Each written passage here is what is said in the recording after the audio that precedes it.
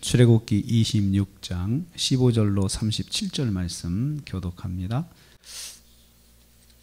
오늘 말씀은 성막 주위에 세울 널판지를 어떻게 만들 것인지 그 설계도를 알려주시는 것을 내용으로 하고 있습니다. 지금까지는 이제 성막 기물, 그 다음에 그것을 덮을 그런 장막에 대해서 말씀을 해 주셨죠. 그런데 이제는 그 주변을 쌓을 성막의 성소와 지성소의 주변에 울타리가 되는 그 널판지를 만드는 것을 말씀을 해 주시고 있습니다.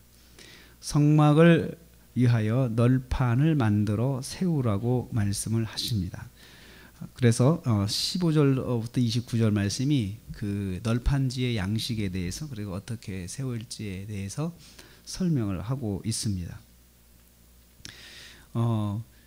조각목으로 각각 만들어서 세워라. 그리고 이것들을 서로 연결해서 성막의 벽이 되게 만들어라 라고 하는 게 요지가 되겠습니다. 이 조각목은 광야에서 자생하는 나무입니다.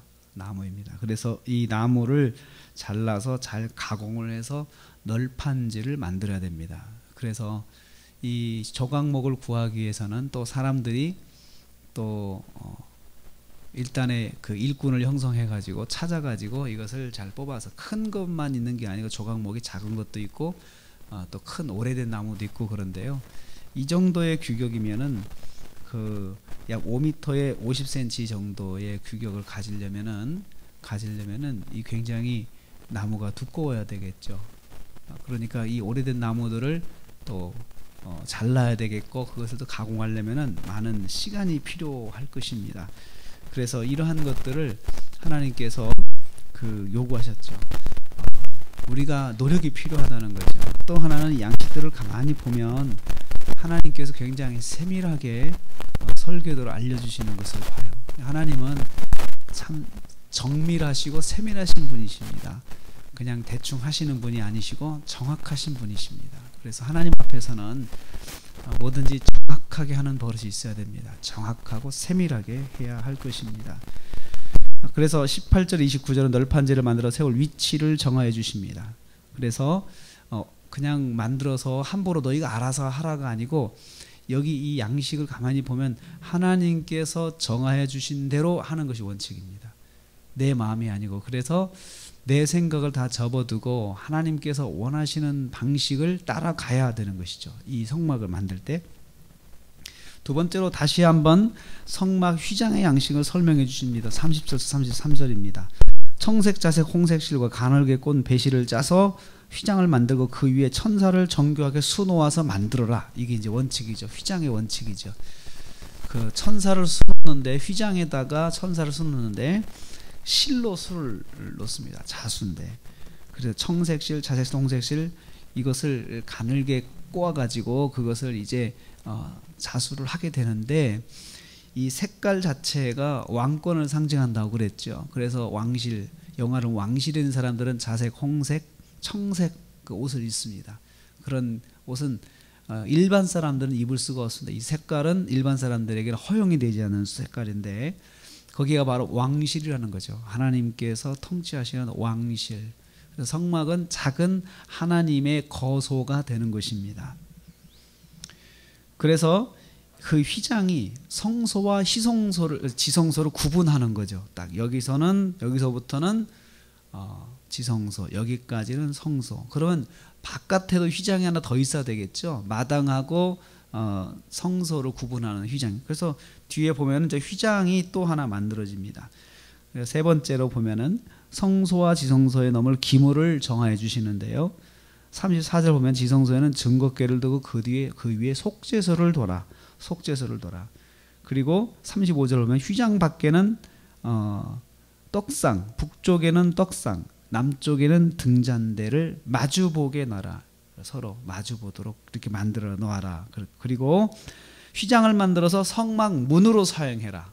성막문이죠. 안쪽에 있는 성소와 지성소를 구분하는 휘장 말고 또 하나의 휘장을 만들어 가지고 그것을 성막문으로 사용을 해라. 그렇게 말씀하십니다. 그것도 역시 청색, 자색, 홍색 실로 만들어야 되죠. 그래서 똑같이 수를 놓아 가지고 구분을 하게 하셨습니다. 성소의 기물, 지성소의 기물 무엇을 넣어야 될지 하나님이 정하여 주셨습니다. 여기 하나님을 섬기는 모든 일에는 하나님께서 원하시는 방식을 따라가야 된다는 거죠. 사람들이 세상의 방식을 따라가려고 할 때 자기들이 애굽에서 본 게 있잖아요. 애굽의 신전에서 본 것이 있잖아요. 그것을 아마 모방을 하려고 할 것입니다. 그런데 하나님께서는 그것을 못하게끔 철저하게 하나님께서 원하시는 방식을 딱 정해 주셨습니다. 이 방식을 따라가야 되는 것입니다. 그것이 바로 성막을 만드는 원칙입니다.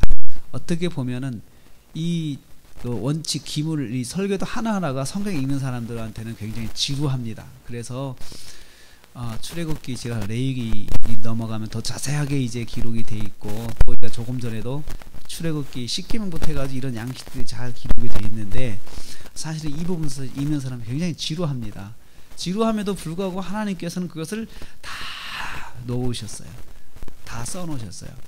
이것을 사람들이 잊어버릴 수 있기 때문에 정확하게 기록을 해놓으시고 이 방식대로 해야 할 것을 말씀하셨습니다. 또 유대인들은 보면은 이 부분은 가장 재미없는 부분인데도 불구하고 이 출애굽기에서 이 부분부터 레위기까지 굉장히 재미가 없는 성경이거든요. 그럼에도 불구하고 유대인들은 자녀들을 교육할 때 어린아이들을, 유치원 다니는 아이들에게 글을 읽고 나서 글을 알게 되면 제일 먼저 익히는 게 바로 이 부분입니다. 성막의 양식, 레위기, 하나님의 말씀, 이건 이렇게 해라, 이건 이렇게 해라, 이것을 가르쳐줘요. 굉장히 재미가 없거든요. 근데 레위기나 이런 출애굽기에 있는 이런 법전들을 읽게 만드는 거예요. 어린아이에게, 처음으로 글을 깨우친 아이에게. 왜 그럴까요? 이것이 중요한 원리이기 때문에 이것을 재미가 있든 없든 읽게 하는 거예요. 자녀들에게 큰 소리로 낭독하게 하는 거예요. 그래서 이것을 교육하는 데서 제1번 교재로 사용을 하게 되는 것입니다. 뭘 교육하는 걸까요? 하나님이 원하시는 방식으로 살아라. 네 방식이 아니고. 이게 핵심입니다. 우리가 신앙생활하면서 이 부분을 읽으면서 하나님이 원하시는 방식이 있구나. 그것을 내가 따라가야 되겠구나. 이것을 우리도 도전을 받아야 됩니다. 그래서 오늘도 우리가 하루를 살면서 하나님께서 원하시는 말씀대로 우리가 살아야겠다. 그래서 다시 한번 되새깁니다. 그리고 오늘 하루도 하나님 말씀대로 이것을 복창하시면서 생각하시면서 하나님이 내게 주신 말씀대로, 내가 하나님께 고백한 말씀대로 이렇게 살아야겠다. 이런 도전을 받으시고 또 오늘 하루를 이렇게 살아서 승리하시기를 주님의 이름으로 축복합니다.